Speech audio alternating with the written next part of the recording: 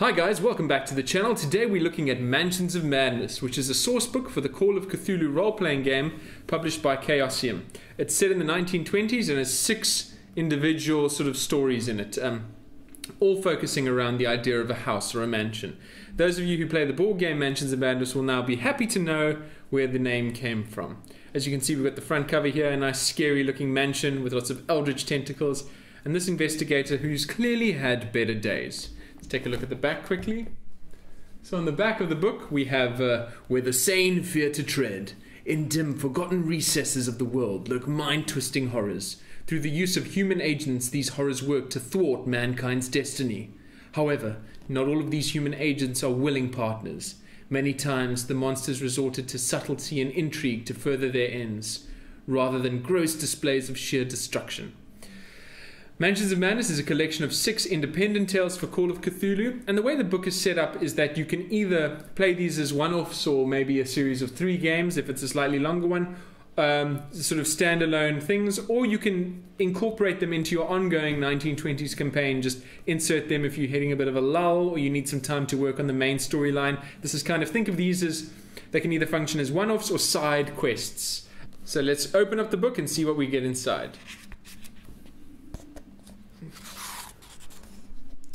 So as you can see, the quality of the printing is decent. It's not great though, I must be honest. This has got a very distinct print-on-demand feel to it, which I actually think is where this version came from. I've had a look around and I haven't been able to see if this is the version that came off Drive-Thru-RPG because I bought this from a convention, but it's definitely got a very print-on-demand feel to it.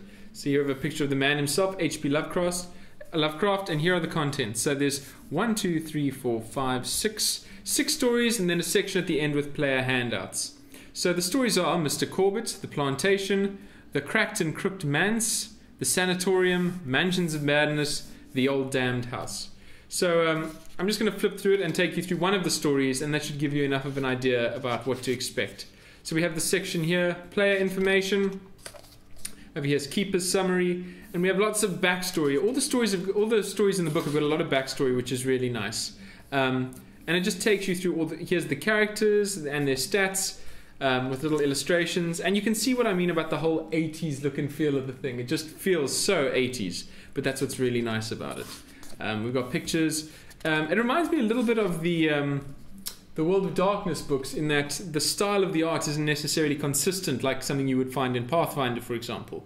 It's lots of hand-drawn little things and photographs, and it's got a definite feel of, well, it adds to the whole vibe of investigation. You're finding little snippets, a little diagram here, a little photograph there, a newspaper extract there.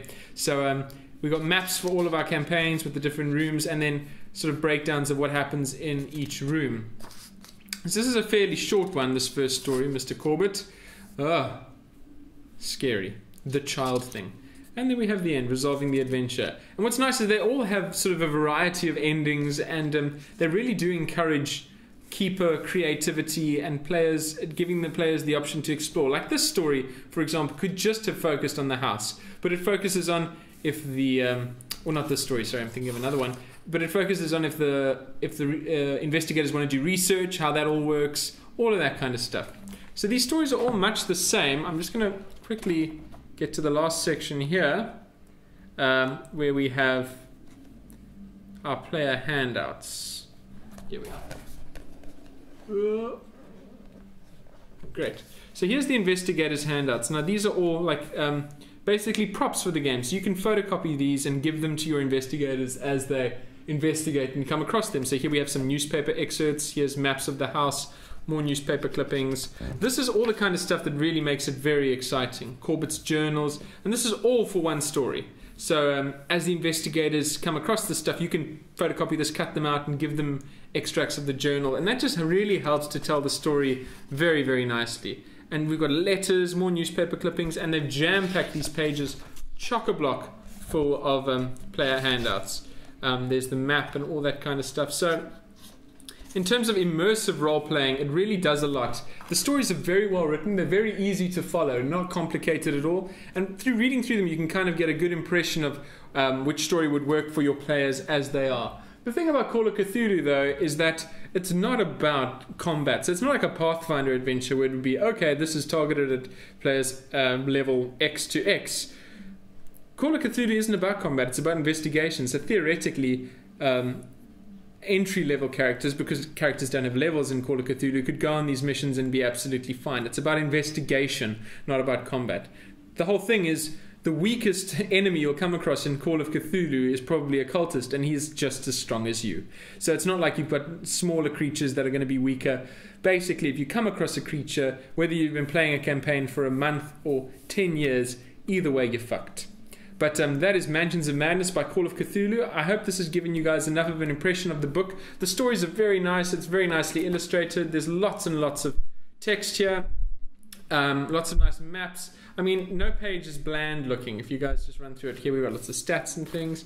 But there's enough flavouring here to keep it both interesting for the keeper as well as the investigators. So that's Mansions of Madness by Chaosium. Thank you guys so much for watching.